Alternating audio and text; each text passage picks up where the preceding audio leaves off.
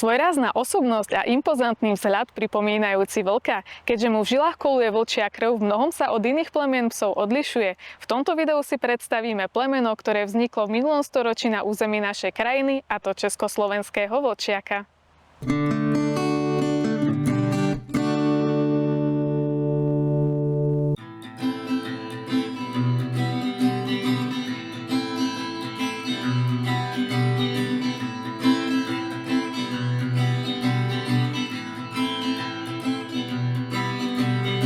História československého vlčiaka sa začala písať v roku 1955, keď pohraničná stráž vtedajšieho Československa chcela získať služobných psov k lepšiemu zabezpečeniu západnej hranice krajiny.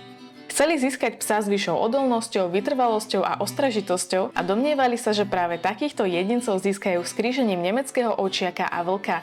Taktiež mal byť tento pokus zameraný na skúmanie medzidruhového kríženia. Za realizáciu projektu bol poverený Karel Hartl a za realizáciu tohto projektu na Slovensku bol poverený František Rosík. Na tento účel bola vybratá samica karpatského vlka Brita a nemecký ovčiak Cezar. Prvé šteniatá sa narodili 26. mája 1958. S ich potomkami sa ďalej pokračovalo v chove vo viacerých chovateľských staniciach v Česku a na Slovensku a postupne sa dostávali k prvým civilným chovateľom. Časom vznikali aj ďalšie línie krížencov vlka a nemeckého ovčiaka. Celý pokus bol ukončený v roku 1965 s tým, že väčšina krížencov mala predpoklad na ďalšie šľachtenie. Postupne vznikol prvý klub, bol stanovený prvý štandard a československý vlčiak sa stal medzinárodne uznaným plemenom. Ich počet a popularita odvtedy vzrastla a my sa o tomto našom národnom plemene dozvieme oveľa viac v chovateľskej stanici Miracle Mia. Vítam vás v chovateľskej stanici československých vlčiakov s názvom Miracle Mia. Moje meno je Miriam Pavlíková a s týmto plemenom som sa stretla prvýkrát v roku 2010. Vtedy som si kúpila svojho prvého československého vlčiaka. Československý vlčiak má vzhľadom pripomínať vlka. Má byť ľahký, vysoký.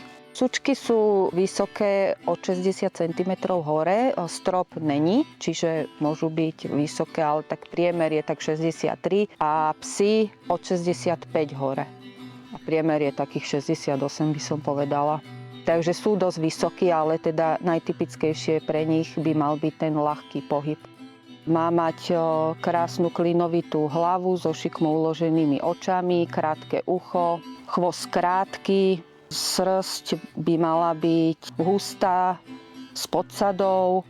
Sfarbenie je taká široká škála, by som povedala, od úplne strieborných až po takých hnedočiernych. Samozrejme, tie znaky sú tam rôzne. Ten strieborný môže mať aj trošku takej krémovej, alebo ten tmavší môže mať hnedú, žltú, krémovú. Má byť zvýraznená tá maska toho psíka, tie linky pod očami.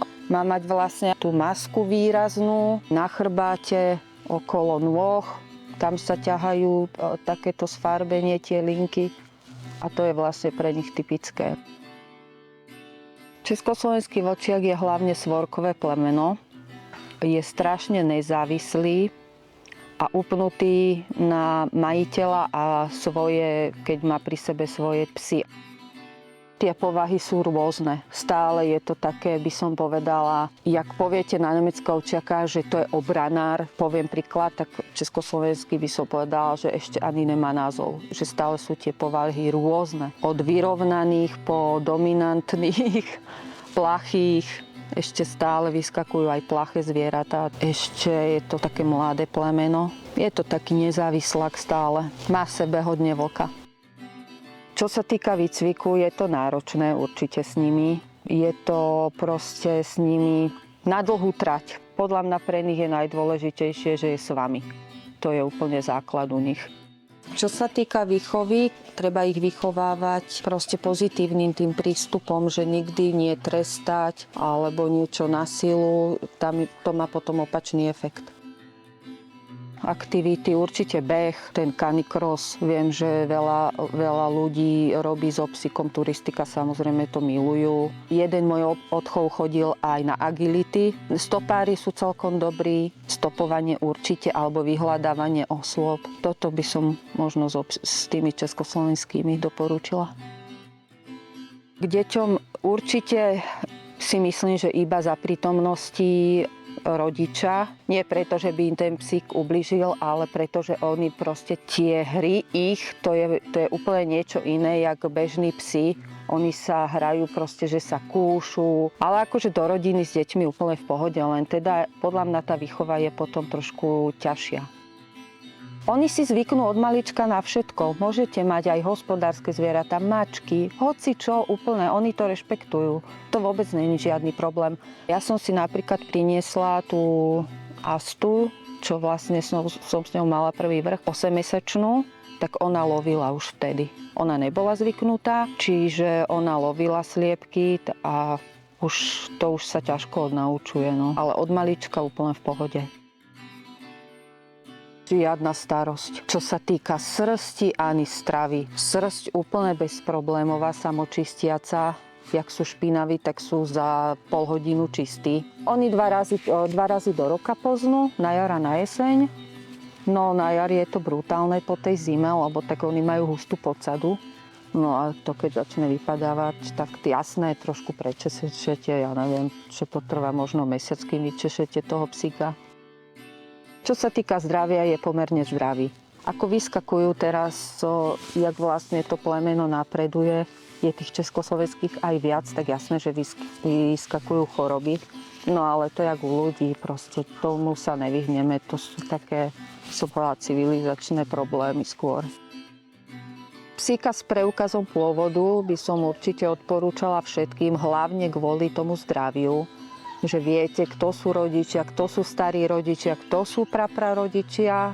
Takže hlavne kvôli tomu, že máte záruku, odkiaľ je ten psík. A keby sa aj dačo vyskytlo, proste vieme, čo to, odkiaľ to, alebo teda sa to zapíše. Ja si myslím, že každý chce mať zdravého psíka, aby sa dožil čo najviac, aby mu robil čo najviac radosť. Takže hlavne preto. Československý vlčiak je vhodný hlavne pre ľudí, ktorí majú veľa času. Treba sa mu venovať, socializovať ho, keď je maličký, chodiť s ním, ale aj v dospelosti, proste hlavne keď máte iba samotného československého vlčiaka, on potrebuje byť s vami. To je proste základ, aby tí ľudia mali čas. Preto ja hovorím, že áno, do rodiny s deťmi v pohode, ale treba si uvedomiť, že musíte mať čas aj na dieťa a nie to ešte na psíka. Čiže fakt je najlepšie, keď si to zoberú takí mladí ľudia, čo majú radi hory, šport, behanie, bicyklovanie, turistika. Čiže hovorím, takí aktívni ľudia.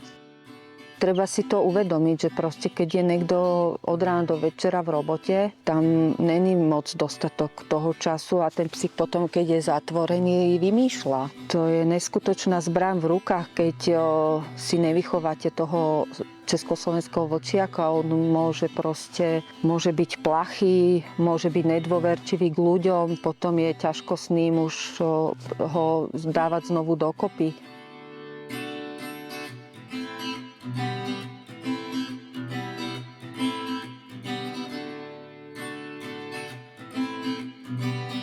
Ak sa vám video páčilo, nezabudnite dať like, odber na kanál a už čoskoro si predstavíme ďalšie plemeno.